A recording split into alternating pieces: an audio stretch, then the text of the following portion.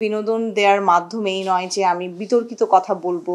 Viral তো প্রতিদিনই change হয়, আজকে এটা নিয়ে কথা হচ্ছে তো কালকে ওটা নিয়ে কথা হচ্ছে, কে কখন কি বলে কি করে কি নিয়ে কন্ট্রোভার্সি হয় এটা আসলে আমার মনে হয় কেউ জানেই না, সবাই তো সবকিছু ইউজটা জানে না। কলেজ স্টুডেন্ট লাইফ মানে তো অনেক গোল্ডেন পিরিয়ড। স্কুল কলেজ শেষ হয়েছে, বেরোচ্ছি, তখন দেখছি যে আরেক গ্রুপ মারামারি করছে। মারামারি হলে দেখার অভ্যাস না আমার একটু কমই আছে, কারণ ফ্রেন্ডশিপে অনেক কিছু হয়, ছোট ছোট কিছু বিষয়ে মনোমালিন্য হয়ে যায়। ওর পাশে বসা নিয়ে টিফিন আওয়ার মিস করি, ছুটি হওয়ার পরের মুহূর্তে মিস করি, স্কুলের আড্ডা মিস করি। তারকাদেরকে অনেক পার্সোনাল কোয়েশ্চেন করা হয় এবং তারা সেটা উত্তরও দেয়। বিনোদন দেওয়ার জন্য, নিজে ভাইরাল হওয়ার জন্য অনেক কিছু করছে। তারা ভাইরাল হতে চায়, তারা নিশ্চয়ই ভাইরাল হচ্ছে, সেটা আমি জানি না কতটুকু। আমি বলবো খুবই ঠুনকো। আমার ক্যারেক্টারটার নাম রিমু খান।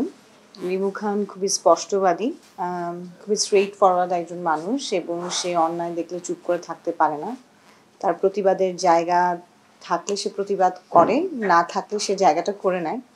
তো এরকমই একজন প্রতিবাদী একটা মেয়ে, যে আসলে স্কুল লাইফ থেকেই সে এরকম, মানে ছোটবেলা থেকেই সে এরকম। তার বাবাও এমন ছিল, মানে তার ব্যাক স্টোরিটা এমনই। তো মেয়েটা এই কলেজের ভেতরে আসলে অনেক রকমের পলিটিক্স হয়, অনেক মারামারি, দ্বন্দ্ব, কাটাকাটি, ফ্রেন্ডশিপ, অনেক কিছুই আছে। আসলে একটা কলেজ স্টুডেন্ট লাইফ মানে তো অনেক golden period, lots of things. তো ওই জায়গায় এই মেয়েটা তার জায়গা থেকে প্রতিবাদ করে, যতই সে যেই আসুক না কেন সামনে, সে ওভাবে তাকে কেয়ার করে না। তো এই ক্যারেক্টারটা প্লে করছে রিমু খান। কলেজের গল্প যেহেতু বলছি, তাহলে আমার college Pahani public school and college. তো আমার কলেজ স্টুডেন্টরা একদম ডিফারেন্ট, ওরা ভীষণ পড়ালেখা নিয়ে খুবই সিরিয়াস, খেলাধুলায় খুব ভালো স্পানিশ স্টুডেন্টরা। পাশাপাশি আমাদের আরেকটা কলেজ ছিল একদমই পাশাপাশি লাগানো, এমইএস কলেজ। তো ওখানে দেখতাম আমরা অনেক সময় অনেক মারামারি হতো। তো এরকম হয়েছে যে আমরা খেলাধুলা করে সবাই বেরোচ্ছি, বা আমাদের স্কুল কলেজ শেষ হয়েছে, বেরোচ্ছি, তখন দেখছি যে আরেক গ্রুপ মারামারি করছে, আমাদের স্টুডেন্ট না, পাশের কলেজের স্টুডেন্টরা। তো ওখানে এটার কারণ হয়তো যে সেখানের পরিবেশটা একটু ডিফারেন্ট, ওখানে রাজনীতি হয়, গ্রুপিং আছে, সো এসব জিনিস উঠে আসে। আর আমাদের কলেজে আসলে এসব কোনো কিছু ছিল না বলে আসলে আমাদের এসব কোনো কিছু ভাবে হয়নি। মারামারি হলে দেখার অভ্যাস না আমার একটু কমই আছে, বাট হয় না যে এমন যদি হতো যে কোনো ফ্রেন্ড সার্কেলের মধ্যে কোনো গন্ডগোল, সেটা যদি আমাদের ফ্রেন্ড সার্কেলের কোনো কিছু হতো, ডেফিনেটলি আমরা দেখতাম সলভ করা যায় কিনা, বা কোনো সলভ করার জন্যই আসলে এগিয়ে যাওয়া, যে কোনোভাবে যদি সব ঠিকঠাক হয়, কারণ ফ্রেন্ডশিপে অনেক কিছু হয়। আর স্কুল কলেজে তো এসব হয়ই, মানে এমন হয় যে ছোট ছোট কিছু বিষয়ে মনোমালিন্য হয়ে যায়। ওর পাশে বসা নিয়ে, এর কেন আমি এই ফ্রেন্ডের পাশে বসলাম না, কেন আজকে ওর জন্য ওয়েট করলাম না, কেন আমি টিফিন আওয়ারে অন্যদিকে চলে গেলাম, এসব তো ছোট ছোট অনেক গল্পই আছে। আমি অনেক মিস করি, আমি স্কুল কলেজ লাইফের অনেক জিনিসই মিস করি।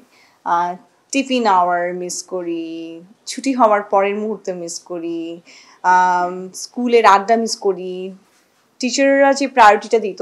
আমি ভীষণ মানে আমার টিচারদের অনেক ফেভারিট ছিলাম।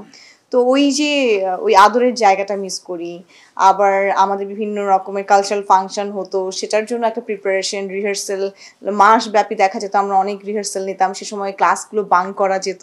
তো এই মজাগুলো অনেক মিস করি, ফ্রেন্ডদেরকে অনেক মিস করি। এটা আসলে আমি জানি না সময়ের কারণে নাকি আপনারা অনলাইনে অনেকজন আছেন, অনলাইনের বিনোদনের জন্য মানুষের হাতে হাতে মোবাইল, মানুষ একটু একটু ক্রিস্পি কথা শুনতে চায় এ কারণে। বাট মানুষ তো অনেক কিছুই শুনতে চাইবে, সেটা আমি আমার জায়গা থেকে, বা একজন সঞ্চালক কিন্তু সে শুধুমাত্র দায়ী কখনোই হতে পারে না। তার পেছনে তো তার প্রোগ্রাম প্রডিউসার আছে, তার অনুষ্ঠান, যারা এটাকে পুরো প্ল্যানিংয়ের সাথে জড়িত, যারা আলটিমেটলি এটাকে স্ক্রিনের সামনে আনছে, পুরো টিম ওয়ার্ক। সো টিম পুরোটাই তো আসলে রেসপন্সিবল। সো রেসপন্সিবিলিটির জায়গা থেকে বিনোদন আমরা অবশ্যই দিব, বিনোদন দেওয়ার মাধ্যমেই নয় যে আমি বিতর্কিত কথা বলবো, খুবই মানে মানুষকেই মানে হার্ট করে কোনো কথা বলবো, বা কন্ট্রোভার্সিয়াল কোনো কথা বলবো, সেটাই আসলে বিনোদন কখনোই না। সেটাকে অনেক সুন্দর করে বলা যায়, অনেক কথা উঠে আসে। আমরা অনেক শোজ দেখি যেখানে তারকাদেরকে অনেক পার্সোনাল কোয়েশ্চেন করা হয় এবং তারা সেটার উত্তরও দেয়, কিন্তু সেটার অবশ্যই একটা স্মার্ট ওয়ে আছে। এটা আমি মনে করি আমরা যে জায়গায় কাজ করি বা আমরা যারা কাজ করি রেসপন্সিবিলিটির সাথে করি এবং যাদের সাথে কাজ করি তারা এই ধরনের কোনো কাজের সাথে জড়িত না, যে ভাইরাল হওয়া তাদের কখনোই উদ্দেশ্য না বা এই ধরনের কন্ট্রোভার্সি ক্রিয়েট করা তাদের কোনো উদ্দেশ্য না। কিন্তু অনেকগুলো মাধ্যম আছে যোগাযোগ, মানে অনেকগুলো সোশ্যাল প্ল্যাটফর্ম আছে যেখানে আসলে এখন খুবই উন্মুক্ত, সবাই ইউজ করছে, সবাই তো সব কিছু ইউজটা জানে না। সো ওটা ওদের মতো করে বিনোদন দেওয়ার জন্য, নিজে ভাইরাল হওয়ার জন্য অনেক কিছু করছে। সো আসলে এরকম অনেক কিছু থাকবে, এগুলো আমরা সব কিছুই আমরা কথা বলতে পারবো না সব কিছু নিয়ে, বা সব কিছু আমাদের ট্যাকেল দেওয়ার দায়িত্বও না। এর পুরোপুরি নিজের দায়িত্ব, মানে পার্সোনালি কীভাবে সোশ্যাল মিডিয়াটা হ্যান্ডেল করবে। আর যদি বলি সামাজিক দায়িত্বের জায়গা থেকে, যারা ভাইরাল হতে চায় তারা নিশ্চয়ই ভাইরাল হচ্ছে, সেটা আমি জানি না কতদিনের জন্য, কারণ ভাইরাল তো প্রতিদিনই চেঞ্জ হয়। আজকে এটা নিয়ে কথা হচ্ছে তো কালকে ওটা নিয়ে কথা হচ্ছে, সেটা আসলে কোনো মানে লং টার্ম কোনো কিছু নেই আর কি, কোনো আউটপুট নেই। সো যারা এটা করতে চায় সেটা করতে পারে, বাট আসলে এই জিনিসগুলো খুবই, আমি বলবো খুবই ঠুনকো। সো আমরা এত এত প্রজেক্ট করি, এত গল্প নিয়ে কাজ করি, আমাদের কাজ আসলে গল্প নিয়ে কাজ করা, এসব বিষয় নিয়ে আমাদের কাজটা না। মানে কন্ট্রোভার্সি কেন থাকবে? হ্যাঁ, কারো যদি লাইফে কোনো কিছু হয় সেটা যদি সে পাবলিকলি সামনে আনে, যেহেতু আমরা পাবলিক ফিগার, সো সে যদি সেটা সামনে আনে, সেটা নিয়ে যদি দুটো কথা হয়, কন্ট্রোভার্সি হয়, দ্যাটস ডিফারেন্ট থিং। এখন আমি আমার জীবনে সব কিছু, আমার লাইফ, আমার পার্সোনাল লাইফ খুবই আলাদা, প্রফেশনাল লাইফ খুবই আলাদা। সো আমি সব কিছু তো সবার সামনে আনি না, আমি ওই মানুষ না। তো কন্ট্রোভার্সি ক্রিয়েট করা এগুলো খুবই, মানে আমার কাছে খুবই কেমন যেন একটু অন্যরকম লাগে।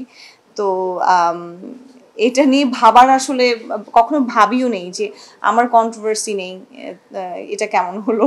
আই মিন এটা তো ভাগ্যিস বেঁচে গেছি। এটা আসলে মানে কে কখন কি বলে, কি করে, কি নিয়ে কন্ট্রোভার্সি হয়, এটা আসলে আমার মনে হয় কেউ জানেই না, বুঝতেই পারে না কি বললো কি হলো। এ কারণে খুব সচেতনভাবে আমি প্রথম থেকে যেটা করি, সোশ্যাল মিডিয়া খুব সচেতনভাবে ইউজ করি। সেটা একটা স্ট্যাটাস দেওয়া হোক আর একটা পিকচার দেওয়া হোক, সেটা এমন না যে আমাকে কেউ খারাপ কিছু বলবে সেটার জন্য, বাট আমি যতটুকু মনে করি যে আমি জানাতে চাই, বলতে চাই, ততটুকুই আমি বলি। না, এইখানে আগ্রহ জায়গায় কমার কোনো সুযোগ নেই, কারণ এখন খুবই ওপেন প্ল্যাটফর্ম, সবার হাতে হাতে মোবাইল, সবাই এখন চায় দর্শকদের কাছাকাছি থাকতে। আর বিহাইন্ড দ্য সিন শ্যুট করে এই যুগে এসে 2025-এ এসে দর্শক জানে না কিভাবে শুটিং হয়, সেটা তো বললেই কি আমরা, মানে এটা একটা হাস্যকর বিষয় হয়ে যায় না? সবাই জানে শুটিংটা কিভাবে হয়, কি হচ্ছে না হচ্ছে। সো যুগের সাথে তো মানে সময়ের সাথে কিন্তু চেঞ্জ হতেই হয় মানুষকে। তো ছোট ছোট বিষয় আসলে ধরে রাখার কিছু নেই, কিছু জিনিস বুঝে নিতে হবে যে এটা এখন টাইমের কারণে চেঞ্জ হয়েছে। সো এই চেঞ্জের সাথে আসলে আমাদেরকে মানিয়ে নিতে হবে। সোশ্যাল মিডিয়াতে আমি যদি একটা বিহাইন্ড দ্য সিন দেই বা আমরা শুটিং করছি সেই ফানটা দেই, দ্যাটস ভেরি ন্যাচারাল অ্যান্ড এটা সবাই দিচ্ছে, সবাই করছে। আপনি সব তারকাকে দেখেন, আপনি ইনস্টাগ্রাম ফলো করেন, আরও অনেকগুলো সোশ্যাল প্ল্যাটফর্ম আছে, যদি ফলো করেন সবাই সব কিছুই দিচ্ছে। এটার অর্থ এই না যে আমার কোথাও এখন লুকিয়ে থাকতে হবে, আদারওয়াইজ আমার দর্শক আমাকে ওভাবে গ্রহণ করবে না। আসলে এই সময়টা আমরা পার করে এসেছি। না না, এরকম প্রেশার পড়ার কিছুই নেই, যেহেতু আমাদেরটা একটা ফ্রিডম আছে, আমাদের একদম ফ্রি জোন, যে আমরা কোনটা করতে চাই কাজ, কোনটা প্রায়োরিটি দিতে চাই। বা আমি ওই ডেটে আমি কি আসলে নাটকের শুটিং থাকলে নাটকটা করব, না আমার একটা শো থাকলে ওই শোটা করব, আমার সেই জায়গায় সুযোগ আছে বেছে নেয়ার। তো এই কারণে কখনোই প্রেশার হয় না। যখন যেটা আমি মনে করেছি যে এই প্রজেক্টটা আমার করা উচিত বা ওটা আমার ভালো লাগছে, করা উচিত, তখনই আমি সেটা করেছি।